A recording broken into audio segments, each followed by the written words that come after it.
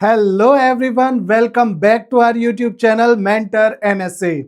मैं आकाश चौधरी आप सभी का अपने यूट्यूब चैनल पर बहुत बहुत स्वागत करता हूं और आशा करता हूं कि आप सभी को हमारी वीडियोस पसंद आ रही होंगी।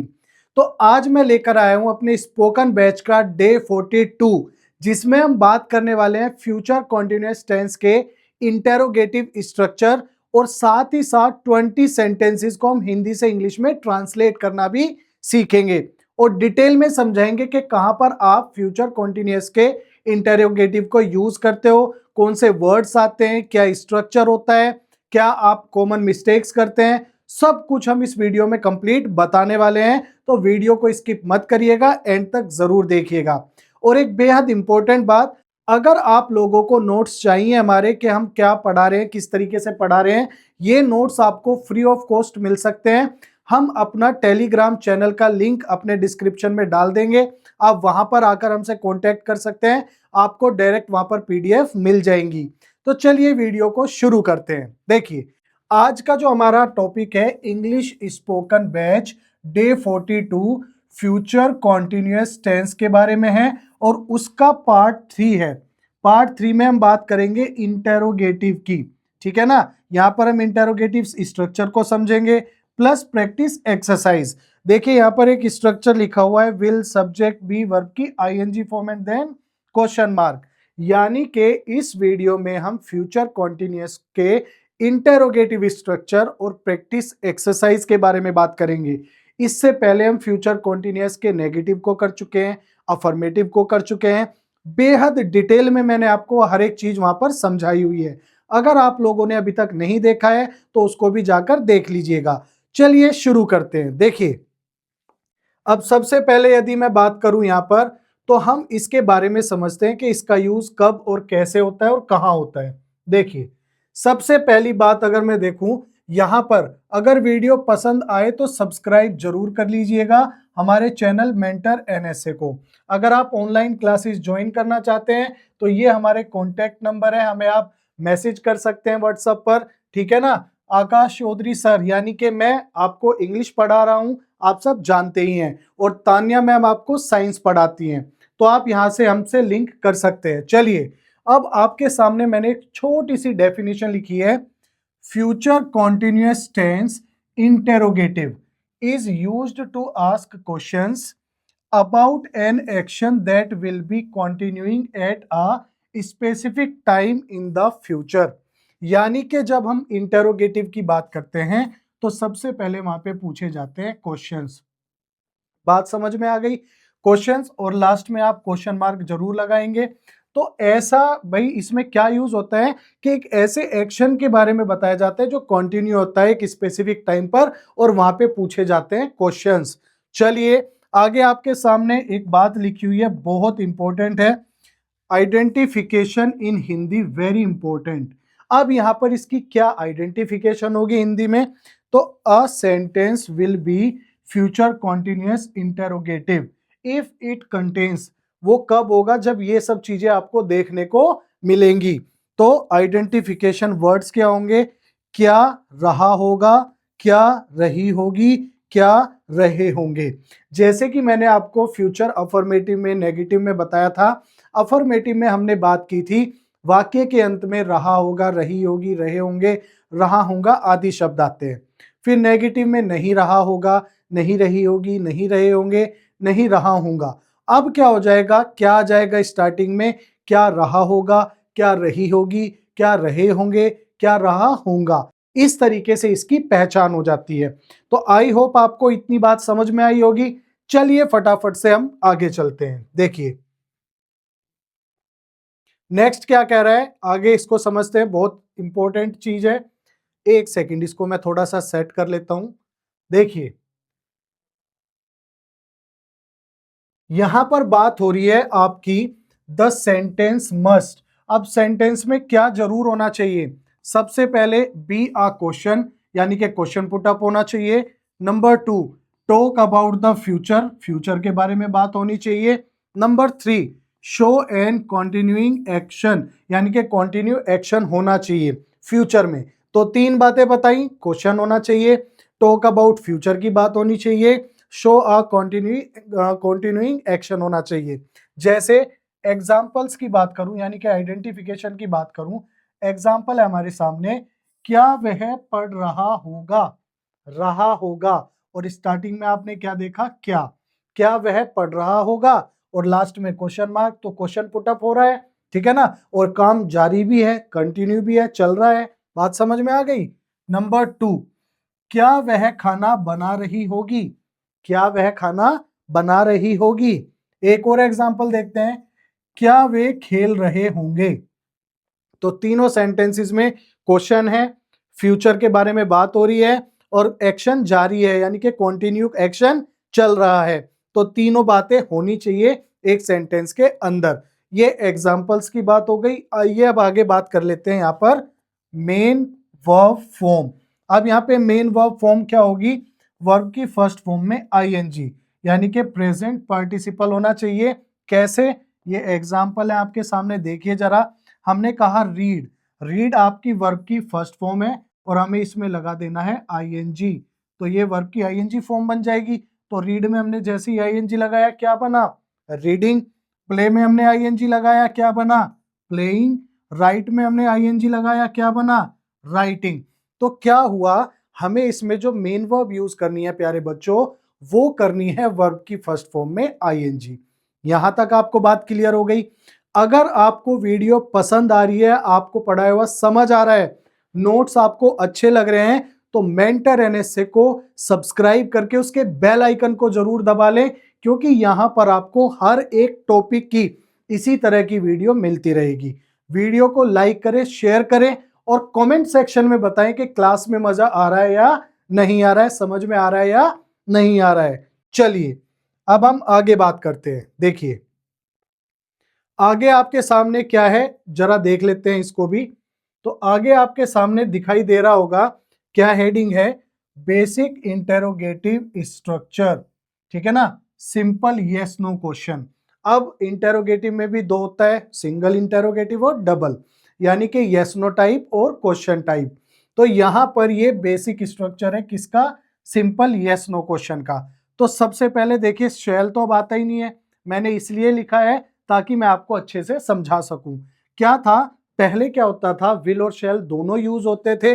पहले क्या होता था, आई और वी के साथ शेल का यूज करते थे, ठीक है ना, लेकिन अब मॉडर्न इंग्लिश में इसका यूज नहीं किया जाता है, शेल बहुत रेयर केस में आता है, ठीक है ना, तो शेल का यूज नहीं होगा अब इनके साथ भी। अब मैं एक बात बता दूं, चाहे आई हो, चाहे वी हो, चाहे यू हो, ठीक है ना, शी हो, इट हो, दे हो, या फिर नेम हो, कुछ भी आपका सब्जेक्ट हो, तो उसके साथ क्या आएगा, विल आएगा। क्या आएगा प्यारे बच्चों, विल आएगा। तो यानी कि अगर मैं इसकी बात करूं यहां पर, तो सबसे पहले विल आ जाएगा, विल के बाद आपका सब्जेक्ट आ जाएगा, सब्जेक्ट के तुरंत बाद बी आ जाएगा, और फिर वर्ब की आईएनजी फॉर्म, यानी कि वर्ब की फर्स्ट फॉर्म में हम आईएनजी का यूज कर देंगे, और लास्ट में ऑब्जेक्ट। और ये जो आपको क्वेश्चन मार्क दिख रहा है, ये आपको जरूर पुट करना है, क्योंकि यहां पर क्वेश्चन की बात चल रही है। जब क्वेश्चन की बात चलेगी तो क्वेश्चन मार्क जरूर लगाना है, अदरवाइज मीनिंग ही चेंज हो जाएगा, गलत हो जाएगा।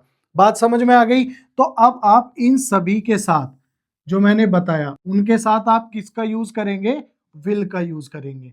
शैल का यूज हम बहुत कम करते हैं, रेयर चांस होते हैं, वो अलग केस है।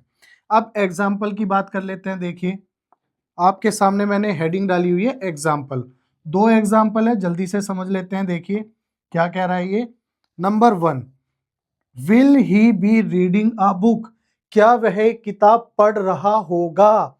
तो यहां पर क्या हुआ, देखिए सबसे पहले विल आ गया, उसके बाद सब्जेक्ट ही हो गया, फिर उसके बाद बी आया, और फिर वर्ब की आईएनजी फॉर्म आ गई, और फिर बाद में अदर वर्ड्स या ऑब्जेक्ट की बात हो जाएगी।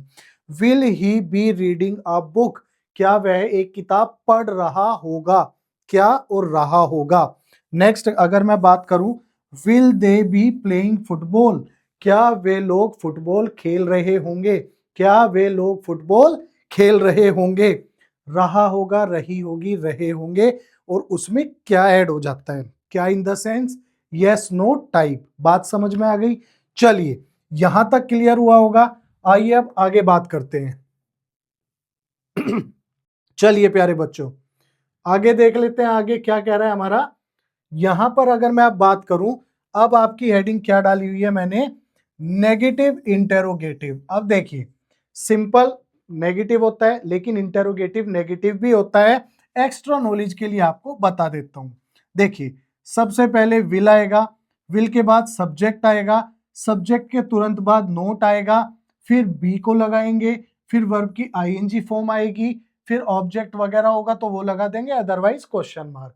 और एक दूसरा मैंने आपको क्या बताया है, या तो वॉन्ट आ जाएगा, ये स्टार्टिंग में ही आएगा, want plus subject plus be plus verb की ING form and then question mark. Object होगा तो वो आ जाएगा। तो यहाँ पर पहले विल है, फिर यहाँ पर नोट है, ये आपको दिखाई दे रहा है। लेकिन यहाँ पर वॉन्ट जो ये दिख रहा है, ये वॉन्ट ही अपने आप में नेगेटिव का भाई बताता है, विल नोट की शॉर्ट फॉर्म होती है, तो इसको हम स्टार्टिंग में भी यूज कर सकते हैं। चलिए एग्जाम्पल से समझा देता हूं, देखिए क्या बात है।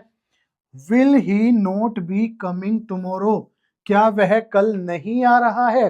तो एक तो हो जाता क्या वह कल आ रहा है, लेकिन अगर इंटेरोगेटिव नेगेटिव बनाना है तो क्या कल वह नहीं आ रहा है।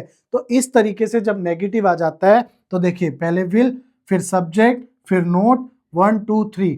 नोट नेगेटिव और इंटेरोगेटिव में तीसरे नंबर पर होता है, और WH फैमिली में यानी कि डबल इंटेरोगेटिव में फोर्थ नंबर पे हो जाता है। तो will he note be coming tomorrow. आइए एक और एग्जांपल है, उसको भी देख लेते हैं। यहाँ पर सेकंड है, won't they be studying at night, क्या वे रात में नहीं पढ़ रहे होंगे। तो वोंट पहले आ गया, तो विल और नोट इस ये वाला स्ट्रक्चर हो गया, और वोंट स्टार्टिंग में इस तरीके से। तो ये बात हो जाती है हमारी किसकी, इंटेरोगेटिव नेगेटिव की। नेगेटिव इंटेरोगेटिव समझे ना क्या मतलब है। नेगेटिव में सिंपल नोट आ जाता है, सब्जेक्ट प्लस विल के बाद नोट, ठीक है ना। अगर मैं बात करूं इंटेरोगेटिव नेगेटिव की, तो पहले क्या हो जाता है, विल, फिर सब्जेक्ट, फिर नोट। यहां तक बात से क्लियर हो गई। चलिए, ये भी आपको बहुत अच्छे से समझ में आया होगा। आइए अब हम आगे बात करते हैं। नेक्स्ट देखिए क्या कह रहा है। अब बात कर लेते हैं कॉमन मिस्टेक्स की। कॉमन मिस्टेक्स हम क्या करते हैं, तो आपको हेडिंग तो दिखी गई होगी, कॉमन मिस्टेक्स जो हम करते हैं। यहां पर आपकी कॉमन मिस्टेक्स पिक के द्वारा मैंने आपको बता दी, ठीक है ना। देखिए समझिए अब इस बात को। सबसे पहले गलती क्या करते हैं, will he doing his work. अब बताइए क्या गलती की। जैसा आप इसमें देख पा रहे हैं, यहां पर गलत लगा हुआ है, will he doing his work. तो मैंने अभी आपको स्ट्रक्चर क्या बताया था, चलिए एक बार देख लेते हैं। सॉरी बच्चों। चलिए देखिए, यहां पर अगर मैं बात करूं तो सबसे पहले विल था, विल के बाद फिर आपका क्या था, सब्जेक्ट था।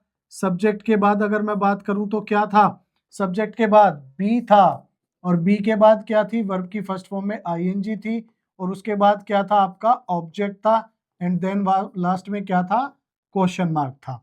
अब जरा इस वाले सेंटेंस में विल बिल्कुल है आपका, ही सब्जेक्ट है बिल्कुल है। अब यहाँ डूइंग यानी कि ये आ गया, तो मिस क्या कर दिया हमने, बी को कर दिया। तो ये सेंटेंस आपका पूरी तरीके से गलत हो जाएगा, यानी कि ये वाला पोर्शन बिल्कुल गलत हो जाएगा। देखिए सही कैसे होगा, इसको सही को समझ लेते हैं एक बार। यहां पर सही की बात करें, will he be doing his work. अब मैच करते हैं, क्या विल है, बिल्कुल है, सब्जेक्ट है, बिल्कुल है, बी है, बिल्कुल है, वर्ब की आईएनजी फॉर्म है, बिल्कुल है, ऑब्जेक्ट या अदर वर्ड्स हैं, बिल्कुल है, लास्ट में क्वेश्चन मार्क है, बिल्कुल है। तो यानी कि हमने यहाँ पर क्या कर दिया, हमने यहाँ पर बी को मिस कर दिया, हमने उसका यूज नहीं किया। तो स्ट्रक्चर के अकॉर्डिंग हमारा बी आना जरूरी था। तो पहली गलती बच्चे ये करते हैं। आइए, यानी कि ये वाला सेंटेंस बिल्कुल सही है, will he be doing his work. आइए नेक्स्ट बात कर लेते हैं। नेक्स्ट मिस्टेक हम क्या करते हैं, इस वाली की बात करते हैं, will she be cook food. एक बार मैच करो, यहां पर आईएनजी है और यहां पर सिर्फ कुक है, यानी कि वर्ब की फर्स्ट फॉर्म है, लेकिन हमें यूज कौन सी वर्ब करनी होती है, वर्ब की आईएनजी फॉर्म। तो ये गलत आपको दिखाई दे रहा होगा, तो ये वाला गलत हो जाएगा। बात करें सही की, तो सही क्या होगा, देखिए प्यारे बच्चों, will she be cooking food. ये कॉमन मिस्टेक्स हो जाती हैं। क्या, will she be cooking food, क्या वह खाना पका रही होगी, तो बी के बाद वर्ब की आईएनजी फॉर्म। तो पहली गलती हम करते हैं बी का यूज ना करके, फिर अगर हम और गलती कर बैठते हैं तो वो कर देते हैं वर्ब की फॉर्म का गलत यूज, यानी कि यहां पर वर्ब की फर्स्ट फॉर्म में आईएनजी का यूज होगा। यहां तक बात क्लियर हो गई होगी। तो यानी कि ये वाला जो सेंटेंस है will she be cooking food और क्वेश्चन मार्क, ये बिल्कुल सही हो जाएगा। आइए अब हम आगे बात कर लेते हैं। देखिए आगे क्या है आपका, टाइम एक्सप्रेशंस कॉमनली यूज्ड, जो यहाँ पर यूज किए जाते हैं। आइए इनके बारे में भी बात करते हैं। तो यहाँ पर टाइम एक्सप्रेशंस कॉमनली यूज्ड जो यूज होते हैं, यहाँ पर ये हेडिंग डली हुई है, देखिए ये रही। तो सबसे पहले tomorrow, at this time tomorrow, next week, next month, in the evening, at 10 AM tomorrow, during the night.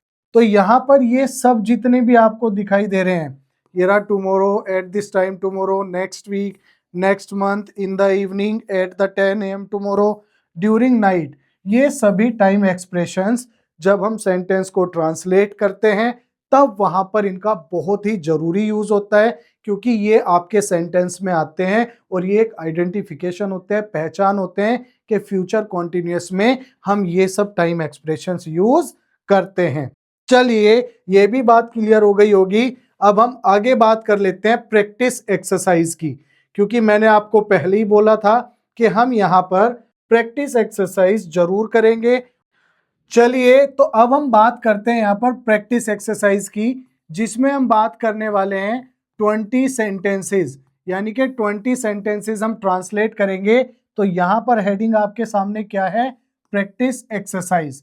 तो सबसे पहला जो सेंटेंस आता है हमारा वो आता है क्या, क्या वह कल पढ़ रहा होगा, क्या वह कल पढ़ रहा होगा। तो यानी कि यहाँ पर कल जो आया ये टाइम एक्सप्रेशन हो गया। अब सबसे पहले मैं स्ट्रक्चर लिखता हूं इसका, will plus subject, plus subject के बाद बी, प्लस वर्ब की फर्स्ट फॉर्म में ING, plus object, and last में हम क्या करते हैं, क्वेश्चन मार्क। क्या लगाते हैं, क्वेश्चन मार्क। तो जरा देखिए ध्यान से, सबसे पहले यहाँ पे विल आ जाएगा, वह हमारा सब्जेक्ट है तो ही आ जाएगा, ही के बाद बी आ जाएगा, फिर रीड में READ में हमने ING लगा दिया, will he be reading tomorrow, और लास्ट में क्वेश्चन मार्क जरूर आएगा। तो क्या वह कल पढ़ रहा होगा, will he be reading tomorrow. Number 2 की बात कर लेते हैं, क्या वे पार्क में खेल रहे होंगे, क्या वे कल पार्क में खेल रहे होंगे। कल नहीं होगा तो सिंपल होगा, क्या वे पार्क में खेल रहे होंगे।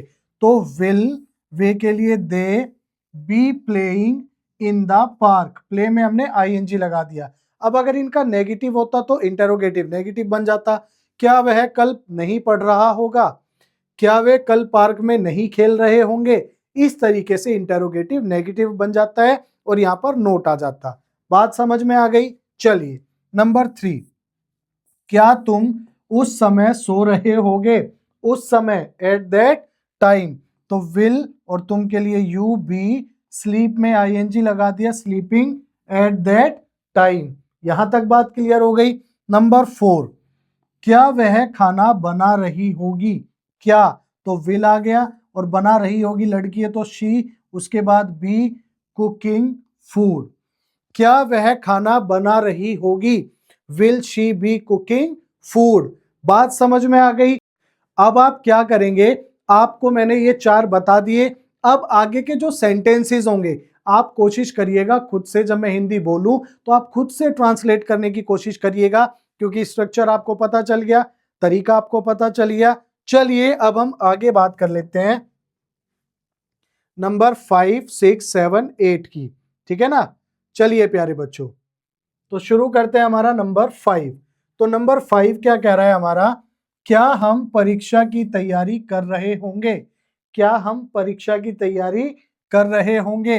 तो विल वी, अब यहां पर क्या हो जाएगा, वी आ जाएगा क्योंकि हम हैं। विल वी बी प्रिपेयर में हमने ING लगा दिया, देखिए PREPARE,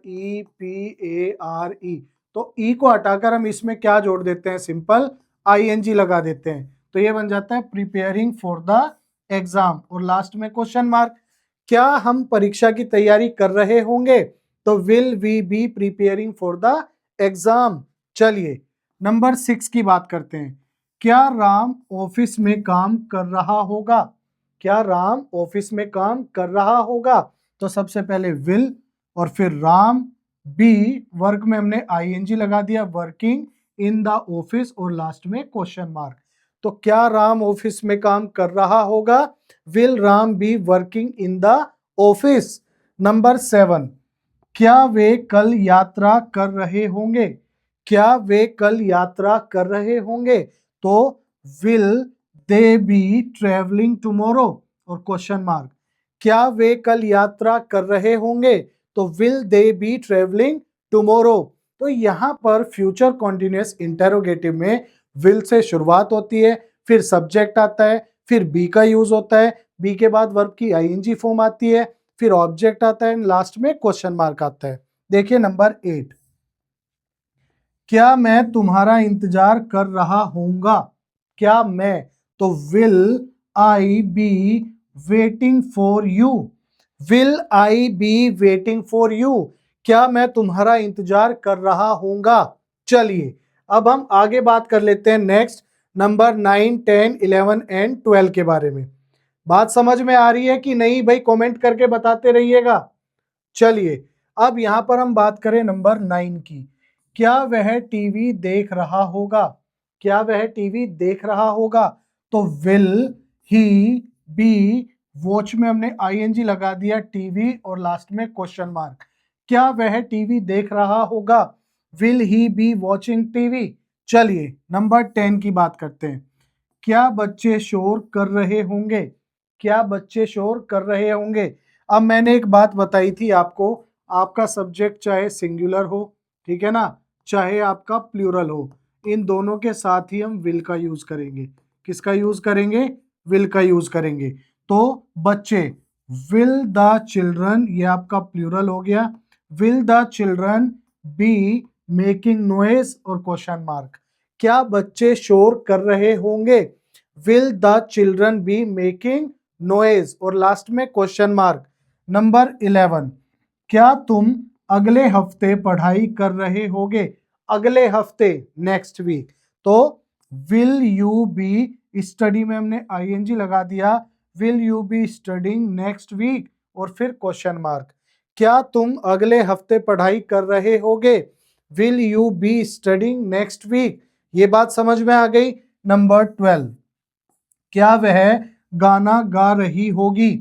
तो विल रही होगी लड़की, will she be singing uh song? तो यहां पर will she be singing uh song. बात समझ में आ गई और लास्ट में यहां पर क्वेश्चन मार्क आ जाएगा। नेक्स्ट की बात करूं, आगे हम बात करेंगे 13, 14, 15 एंड 16 के बारे में।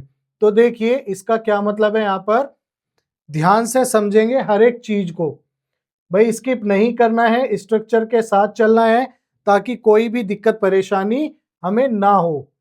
चलिए 1 सेकंड देंगे भाई, बिल्कुल। देखिए यहां पर क्या है, नंबर 13, क्या हम कल इस समय उड़ान भर रहे होंगे? इस समय, तो एट दिस टाइम। तो विल वी बी, फ्लाई में हमने आईएनजी लगाया, flying at this time tomorrow और लास्ट में क्वेश्चन मार्क। क्या हम कल इस समय उड़ान भर रहे होंगे? Will we be flying at this time tomorrow और लास्ट में क्वेश्चन मार्क आ गया। चलिए 14 की बात करें, क्या वे मैच जीत रहे होंगे? क्या वे मैच जीत रहे होंगे? तो will they be winning the match और लास्ट में क्वेश्चन मार्क। तो will they be winning the match और लास्ट में क्वेश्चन मार्क। नंबर 15, क्या वह मुझे फोन कर रहा होगा? क्या वह मुझे फोन कर रहा होगा? Will he be calling me और लास्ट में question mark. Will he be calling me, इस तरीके से। नंबर 16, क्या तुम कंप्यूटर चला रहे होगे? क्या तुम कंप्यूटर चला रहे होगे? Will you be using the computer और लास्ट में क्वेश्चन मार्क। इस वीडियो की लास्ट स्लाइड है हमारी, लास्ट 4 सेंटेंसेस हैं, देखिए कौन कौन से। तो मैं बात करूं यहां पर नंबर 17, 18, 19 एंड 20। तो 17 क्या कह रहा है, क्या वह कहानी लिख रही होगी, क्या वह कहानी लिख रही होगी। तो विल शी बी राइट, देखिए WRITE, तो ई को हटाकर हमने इसमें क्या लगा दिया, ING, तो ये बना writing. Will she be writing a story, और लास्ट में क्वेश्चन मार्क जरूर आएगा। बात समझ में आ गई प्यारे बच्चों। नंबर 18, क्या हम बाहर घूम रहे होंगे, क्या हम बाहर घूम रहे होंगे। तो will we be roam plus ING, roaming outside, और लास्ट में क्वेश्चन मार्क। बाहर घूमना यानी कि रोम, और ING लगाए तो रोमिंग। क्या हम बाहर घूम रहे होंगे, तो will we be roaming outside. चलिए नंबर 19 की बात कर लेते हैं। क्या वे घर बना रहे होंगे, क्या वे घर बना रहे होंगे। तो will they B building a house, और लास्ट में question mark. Will they B building a house, क्या वे घर बना रहे होंगे। नंबर 20 की बात करें, क्या वह मेरी मदद कर रहा होगा, क्वेश्चन मार्क। क्या वह मेरी मदद कर रहा होगा। तो will he be helping me, क्या वह मेरी मदद कर रहा होगा, will he be helping me. तो यहां पर हमने बात की प्यारे बच्चों फ्यूचर कॉन्टिन्यूअस के इंटेरोगेटिव की। चलिए अब एक बात बता देता हूं यहां पर, देखिए आपको बहुत इजी वे में समझाता हूं। देखिए क्या होता है जब हम बात करते हैं किसके बारे में, फ्यूचर के बारे में, फ्यूचर कॉन्टिन्यूअस, फ्यूचर कॉन्टिन्यूअस की जब हम बात करते हैं तो यहां पर सिंपल सी बात होती है कि यहां पर वाक्य के अंत में रहा होगा, रही होगी, रहे होंगे, ठीक है ना, आदि शब्द आते हैं। अब अगर मैं बात करूं यहां पर फ्यूचर कॉन्टिन्यूअस के अफर्मेटिव की, किसकी बात करें, अफर्मेटिव की, तो अफर्मेटिव का बहुत ही सिंपल सा होता है। यहां पर अफर्मेटिव का हो जाता है क्या, देखिए आपके सामने लिख दे रहा हूं, subject plus will be plus verb की फर्स्ट फॉर्म में ING प्लस ऑब्जेक्ट, ये हो जाता है अफर्मेटिव का। जब हम यहाँ पे नेगेटिव की बात करते हैं, नेगेटिव की बात करें तो नेगेटिव क्या हो जाता है, नेगेटिव हो जाता है हमारा सब्जेक्ट